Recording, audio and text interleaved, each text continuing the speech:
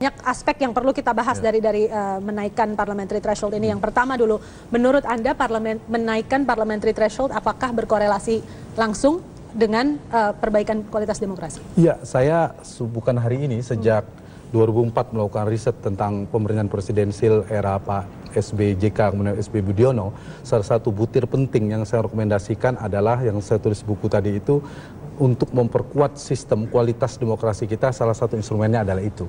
Tapi saya ingin memulainya, perdebatan ini kan bersumbu pada dua hal. Satu, menekankan pada representasi, dan itu penting juga dalam demokrasi. Yang satu lainnya, itu menekankan pada governability, yaitu soal efektivitas pemerintahan. Kedua-duanya penting.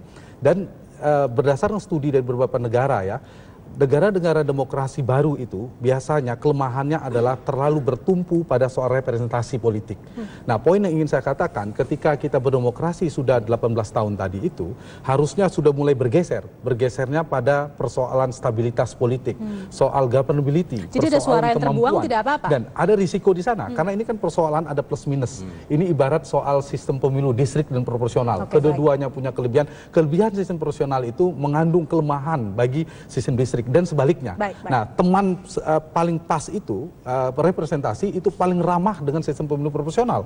Kalau ingin memperkuat pemerintahan, itu paling ramah kombinasinya dengan sistem distrik. Jadi, poin yang ingin saya tekankan adalah ketika kita ingin membangun arsitektur demokrasi presidensil kita adalah konsistensi. Apa sih yang ingin kita bangun 5 tahun lagi, 10 tahun, dan 15 tahun ke depan. Grand design-nya. Apa saja yang harus dipertimbangkan oleh pemerintah sebelum akhirnya memutuskan? Ya, ini kan pemerintah dan DPR ya domainnya. Begini, tadi Zelda sempat menanyakan soal kenapa tidak persyaratan administrasi partai politik. Saya ingin membedakan antara jumlah peserta pemilu, jumlah partai politik peserta pemilu, dan jumlah kekuatan politik di parlemen. Ketika bicara governability, efektivitas pemerintahan sebagai instrumen untuk sebagai alat mensejahterakan rakyat, menjalankan konstitusi dengan baik, itu adalah kekuatan di parlemen. Jadi saya pada posisi tidak setuju ketika kita harus membatasi peserta pemilu. Itu didamin konstitusi, kita reformasi. Tetapi ketika di level ini, itu bahkan saya pada posisi kalau kita ingin memperbaiki, menata ulang sistem berdemokrasi kita, itu berlapis bahkan. Kalau mau konsisten, mari kita sistem pemilu distrik. Kalau kedua, dapilnya diperkecil. Semakin kecil dapilnya, publik semakin dekat dengan wakilnya, semakin sedikit kursi yang diperebutkan, sehingga jumlah partai, orang yang coba-coba bikin partai itu peluangnya kecil. Itu yang kedua. Yang ketiga baru dengan ambang batas di parlemen. Saya kok tidak saya yakin P3 tidak sulit bagi P3 untuk mendapatkan angka 7% itu ya. Nah, cuma yang poin tadi yang jadi Mas Uli saya ingin beri catatan juga. Ketika di 2014 itu kenaikannya tanggung, itu kita ingin membuktikan kenapa tanggung, dari 2,5% menjadi 3,5%. Sebelumnya jumlah fraksi atau jumlah partai di parlemen ketika masih 2,5% itu 9 fraksi, belum ada Nasdem. Setelah dinaikkan 1%, jadi benar kata Mas Arwani, tidak relevan. Ternyata kekuatan parlemen lebih banyak, 10 dengan datangnya Nasdem. Artinya saya setuju juga, tidak bisa tanggung. Saya pada posisi kemarin itu 5% minimal, tetapi 5% pun hanya Hanura yang gagal, tetap banyak juga. Jadi 7 itu menurut saya ada angka yang soal kesepakatan politik yang harus dipertimbangkan oleh P3, oleh Nasdem. Semuanya berpikir bukan jangka pendek, jangka panjang. Artinya kita akan menuju ke mana. Itu kan soal bukan benar salah berapa angka ideal, itu tidak ada. Tergantung pada negaranya. Ada Polandia yang 7%, ada Norwegia dan Swedia kalau tidak salah 4%, ada Jerman 5% dan sebagainya. Indonesia kesepakatan politik mau kemana ujungnya kita berdemokrasi itu. Kalau kita ingin membiarkan representasi saja diperbanyak dan seterusnya, itu seperti apa ujungnya? Karena kalau misalnya soal fragmentasi jumlah masyarakat, pertanyaan saya dua. Terfragmentasinya itu kita itu fragmentasi elit atau fragmentasi pemilih. Karena yang saya baca, elit juga terfragmentasi itu di elit. Misal saya kasih contoh, ada partai pecah, lahir lagi partai ini, partai itu, pecah lagi dan seterusnya. Artinya tidak merepresentasikan sepenuhnya, tidak bisa digambarkan seperti era dulu bahwa PKI, PNI, politik aliran. NU, politik aliran. Kalau sekarang enggak. Tapi ada faktor kepentingan elit juga. Nah, ini yang harus dibangun kesepakatan di DPR itu adalah bagaimana menata ulang agar sistem politik kita itu, presiden berhadapan, bukan sekedar era Pak Jokowi, presiden berhadapan dengan kekuatan politik, penyederhanaan dan makna saya itu, dia berhadapan dengan kekuatan politik tidak banyak. Kalau presiden akan berhadapan kompromi dengan fraksi A, partai 2, partai 3, partai 10. Habis energi politik presiden 5 tahun hanya berurusan bernegosiasi politik. Kapan dia memikirkan urusan kesejahteraan, soal kepentingan masyarakat?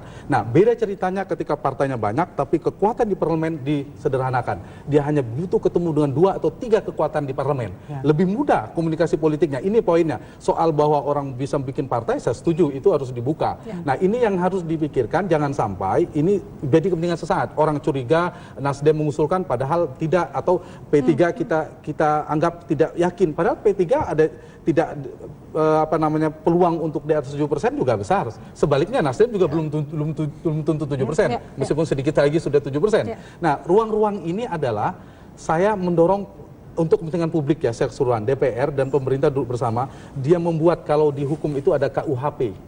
Di politik harus ada undang-undang paket politik yang dibahas secara komprehensif.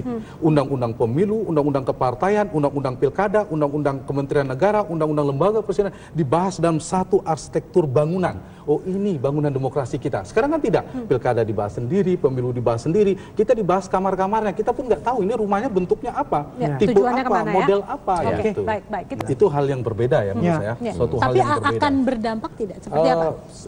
Itu pun akan jadi perdebatan yang jadi ukuran pasti satu. Ini kan di undang-undang yang berhak itu kan partai politik.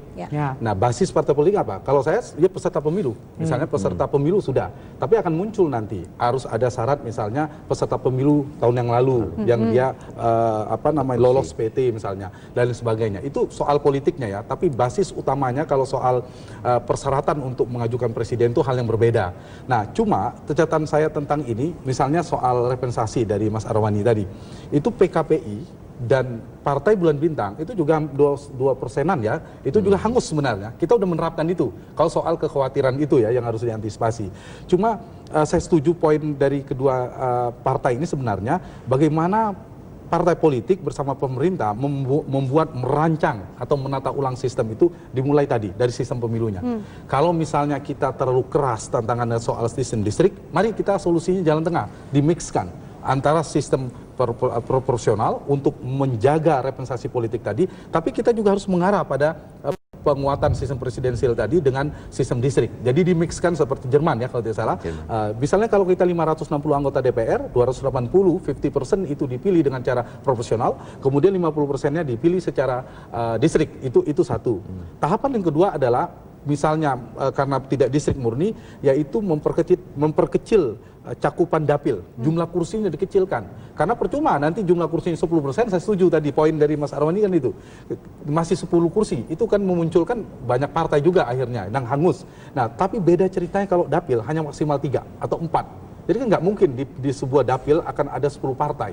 Sekarang ada 7 partai. Nah, kalau dibuat hanya 3, itu otomatis mendorong lagi. Lapis ketiga, baru tadi, ambang batas untuk masuk ke parlemen. Dibuat 7% misalnya. Itu akan mendorong, ada terasa, nggak nanggung gitu loh. Kita ini kan nanggung, mau proporsional, tapi hangus juga suara PBB, suara PKP, dan sebagainya. Mau governability, tapi hanya 3,5%. Nanggung juga, ternyata masih 9, ada 10 kekuatan juga di DPR. Jadi jangan nanggung. Kalau saya pada posisi ingin memperkuat sistem presidensil, tapi masih dibuka ruang representasi politik tadi, misalnya soal mix system tadi dalam sistem pemilu kita, itu yang harus diarahkan. Nah, kalau soal presidential threshold itu hal yang berbeda ya. Itu syarat untuk bagi pencalonan. Itu hal yang berbeda itu begini. Satu adalah kita bicara tentang persyaratan seorang bisa jadi capres. Yang kita bahas tadi adalah dalam konteks governability, penguatan sistem presidensil dalam relasi kekuasaan selama 5 tahun antara eksekutif, dalam hal ini presiden sebagai pemegang kekuasaan, dengan parlemen. Dan itu tidak ada relevansi dengan pemilihan sebenarnya. Tidak bisa secara langsung orang mengatakan dia membangun koalisi nanti otomatis nanti dia akan di parlemen kuat. Nggak ada otomatis. Pak Jokowi kemarin minoritas, sekarang kebesaran, tambun koalisinya. Jadi tetap harus dipisahkan menurut saya. Penekanan saya adalah bagaimana partai-partai membuat dulu grand design-nya tadi, seperti apa arahnya, memperkuat sistem pemerintahan demokrasi presidensial kita, tetapi juga aspek-aspek representasinya tetap diminimalisir dampak negatif.